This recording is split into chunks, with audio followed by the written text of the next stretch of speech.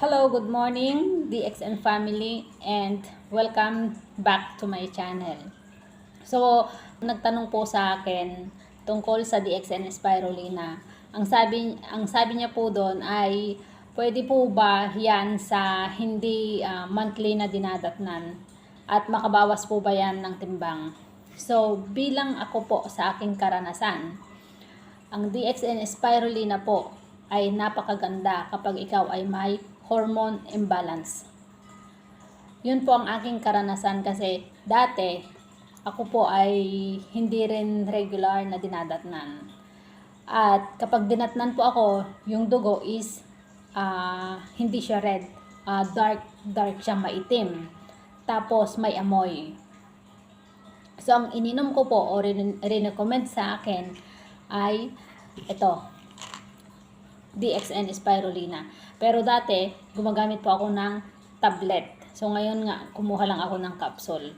So ito yung ininom ko. At ngayon po, ang aking period ay buwanan ako dinadatnan at napakaganda po ang daloy ng dugo. So kasi, ang DXN Spirulina ay may kakayanan na linisin ang ating dugo, na i-balance ang ating hormone. Kapag ang iyong period ay dinadatnan ka pag dumating ay masakit, ito ang best na pwede naming i-recommend sa inyo, DXN Spirulina. So walang paltos po yan. Subok na po ang DXN Spirulina when it comes to hormone imbalance. So yan po ang aking sagot kay ate na nagtanong. Tapos, makabawas po ba yan ng timbang? Opo, ang sagot ko po ay opo.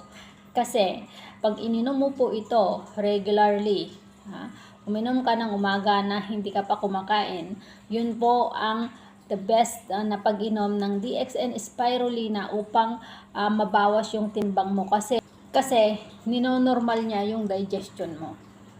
Ito, ang DXN Spirulina po ay napakaganda.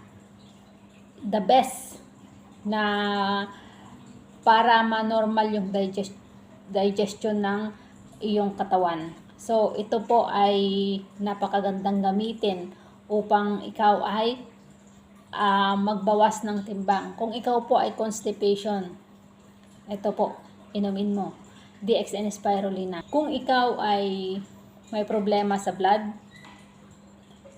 DXN Spirulina is the best for the blood. So, napakaganda po yan sa ating pag-balance ng ating dugo. Kung ikaw ay mataas ang blood pressure, mataas ang sugar level, ito po ang iyong inumin, DXN Spirulina, kasi subok na ito sa paglinis ng ating dugo. So para maiwasan yan, lalo na yung mga 40 pataas, uminom po kayo nito. Yes, meron ngang kamahalan, pero mahirap naman pong magkasakit. So, ingatan po natin ang katawan at samahan po ng pag-inom ng DXN Spirulina.